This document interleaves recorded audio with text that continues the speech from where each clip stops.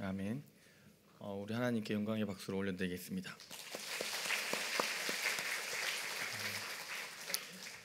네, 말씀을 시작하기 전에 제가 목이 약간 쉬었습니다. 잘 들리십니까? 네, 감사합니다.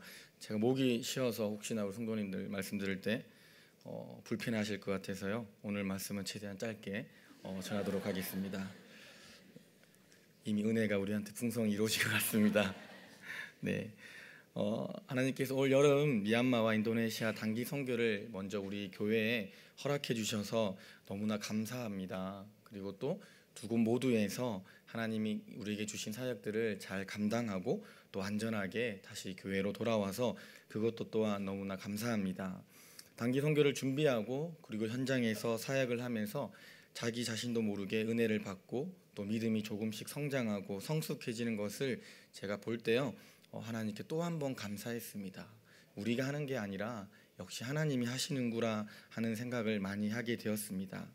특별히 미얀마 선교를 준비하는 청년들이 여기서 준비하는 모습과 그리고 37도 이상 뜨거운 온도 속에서도요, 구슬땀을 흘리면서 뜨거운 그 태양 아래에서도 최선을 다해서 주어진 사역들을 잘 감당하는 모습을 볼 때 이 청년들이 너무 귀하고 또 너무나 소중한 우리 교회의 보배구나라는 생각을 또다시 하면서 이런 귀한 청년들을 주시고 또 제가 이렇게 그들과 함께 사역을 감당할 수 있어서 이것도 또한 너무 감사합니다라는 고백을 하게 되었습니다.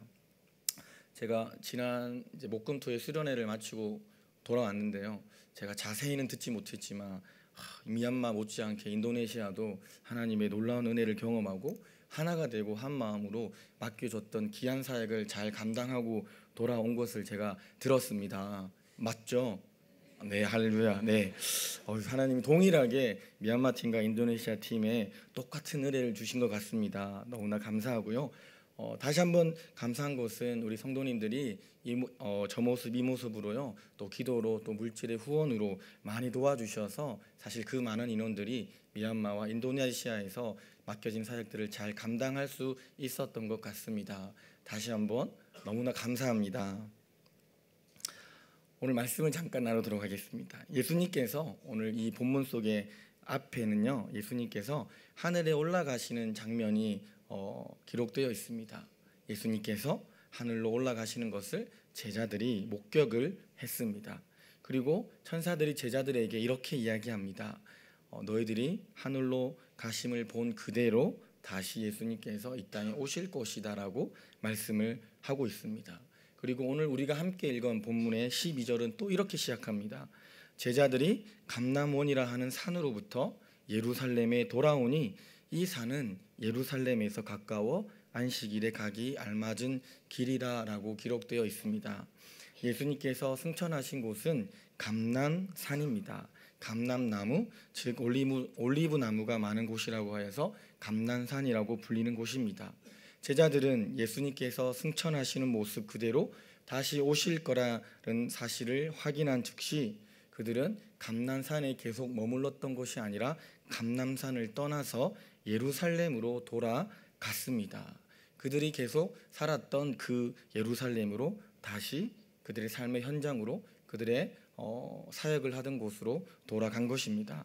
그들이 감람산에서 예수님이 승천하신 하늘을 그토록 오랫동안 바라보고 있다가 예수님이 완전히 승천하신 이후에 그들이 다시 그들이 살았던 곳으로 돌아갔습니다.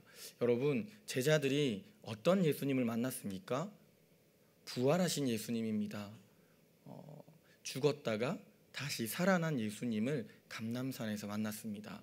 그리고 예수님께서는 갈릴리에서도요, 제자들과 함께 조반을 드시고 또 의심 많은 도마에게는 내 몸을 직접 만져보라고 했습니다. 그 예수님은요, 이전에 완전한 인간으로 계셨던 예수님의 몸이 아니라 이제는 부활하신 완전한 몸으로 지금 제자들과 함께 감람산에 있었던 것입니다. 여러분, 사람이 뛰어봤자 얼마나 높이 뛰겠습니까? 그런데 예수님은 한번 뛰었는데요, 바로 하나님 나라로 승천하셨습니다. 얼마나 놀랐을까요, 제자들이? 예수님 올라가시는 거 보면서 제자들이 깜짝 놀랐을 것입니다. 그러면서 그 놀랍고 신기한 일들을 바라보았습니다. 사실 제가 제자들이었다라고 하면 저는 계속 감람산에 머물기를 원했을 것입니다. 예수님 올라가신 그대로 다시 여기 오실 거야라고 여기서 오두막을 짓고요, 집을 짓고 거기서 저는 평생 살았을 것 같습니다. 그런데 오늘 그 제자들은요, 그렇게 감람산에 머물러 있지 아니하고 어떻게 했냐라면 다시 그들이 살았던 예루살렘으로 돌아갔다라고 기록되어 있습니다. 감람산에서 예루살렘으로 돌아온 제자들이 가장 먼저 한 것은요, 13절과 14절에 보면 명확하게 우리에게 말해주고 있습니다. 들어가 그들이 요한은 다락방으로 올라가니 베드로, 요한, 야고보, 안드레와 빌립, 도마와 바돌로메, 마테와 및 알페오의 아들 야고보, 새로신 시몬, 야고보의 아들 유다가 다 거기 있어 여자들과 예수의 어머니 마리아와 예수의 아우들과 더불어 마음을 같이하여 오로지 기도에 힘쓰더라. 뭐 하고 있었나요? 그들이 모여서 마음을 같이해서 뭐 하고 있었나요? 기도하고 있었습니다. 여러분, 감람산에서 그 신기한 일들을 목격하고요, 두 눈으로 보았던 제자들이요, 다시 그들이 살던 일상으로 돌아와서 그들이 가장 먼저 한 것은요, 다른 것이 아니라 기도하기에 힘썼다라는 것입니다. 오로지 힘쓰다라는 것은요, 자신을 붙들어 맨다라는 뜻입니다. 예루살렘으로 돌아온 제자들은요, 그곳에 모여 있는 형제 자매들과 더불어 무엇보다 기도에 온 힘을 쏟았다는 것입니다. 이들이 과연 무슨 기도를 했을까요? 이 제자들이 다시 예루살렘에 돌아와서 그들은 과연 어떤 기도를 했을까요? 자기 자신이 잘 되기를 원했을까요? 내가 성공하기를 원했을까요? 아니면 부모님을 위해서 기도했을까요? 아니면 자녀를 위해서 기도했을까요? 결혼하지 못한 제자들은 좋은 배우자를 달라고 기도했을까요? 만약 그런 기도를 했다라고 하면 아마 제자들은요, 이후의 사도행전은 아마 기록되지 않았을 것입니다. 그들은요, 예루살렘에 돌아와서 했던 기도는 자기 자신의 성공이나 아니면 자기 주변에 있는 사람들, 나의 부모, 나의 자녀들을 위한 성공을 위한 기도가 아니었습니다. 그들이 했던 기도는요, 아마도 그리스도인답게 이 세상을 어떻게 살아가야 합니까? 라는 기도였을 것입니다.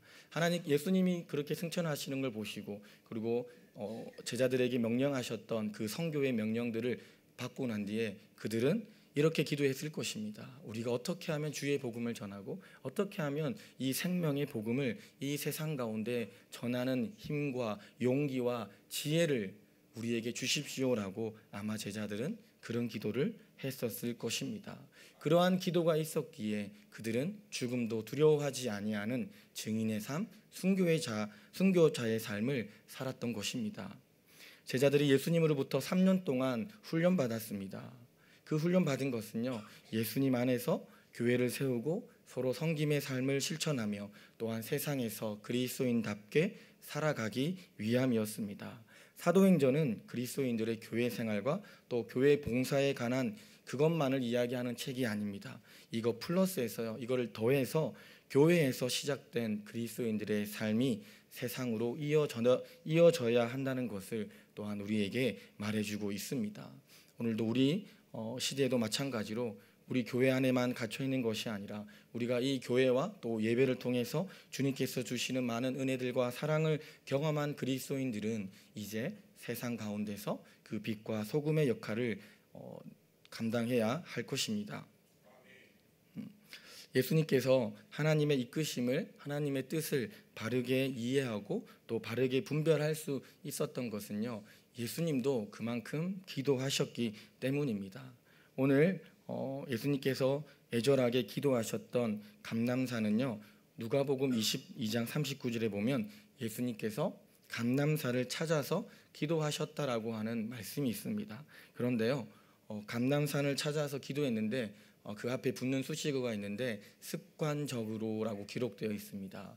여러분, 예수님도요, 하나님의 뜻을 분별하고 하나님의 뜻을 따라 십자가에서 그렇게 죽을 수 있었던 것은요, 예수님에게 자신에게 그 전부터 그러한 용기가 있거나 그러한 배짱이 있어서가 아니라 예수님도 평소에 기도하시면서 하나님의 뜻을 분별해 달라고, 그리고 이 하나님의 뜻을 따라서 살아갈 수 있는 용기를 달라고 기도하셨던 것입니다.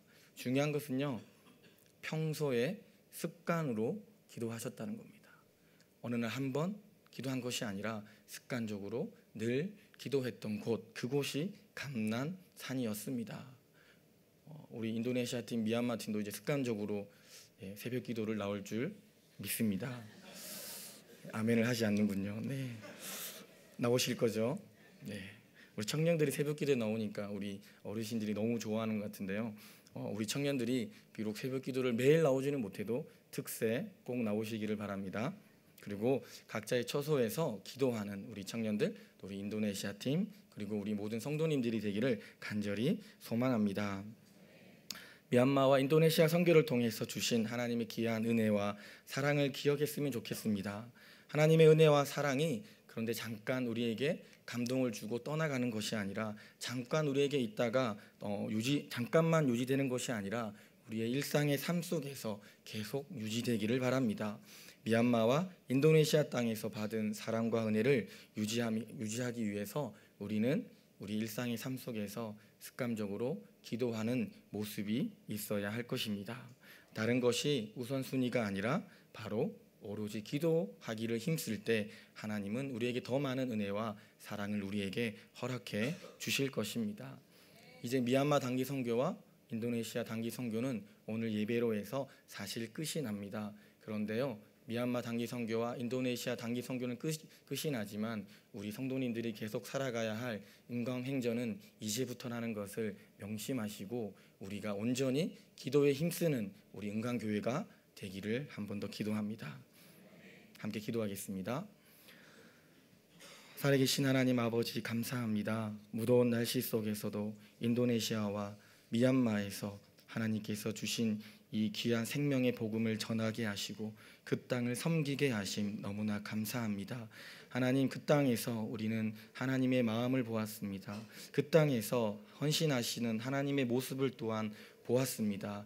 하나님께서 살아서 역사하시는 그 현장을 보고 또한 우리도 하나님께서 주신 마음으로 이 땅에서 선교자로서 또한 증인으로서 이 땅을 살아가기를 원합니다. 부족하고 연약하지만 우리의 일상의 삶 속에서 기도함으로 오로지 기도하기에 힘쓰면서 증인의 삶, 선교자의 삶을 살아갈 수 있는 우리 귀한 은광교회 모든 성도님들이 되기를 또한 기도합니다. 하나님, 이 모든 것이 하나님의 은혜이고 이 모든 것이 하나님의 사랑이었음을 기억하며 우리의 일상의 삶 속에서 증인의 삶을 살아가게 하여 주시옵소서.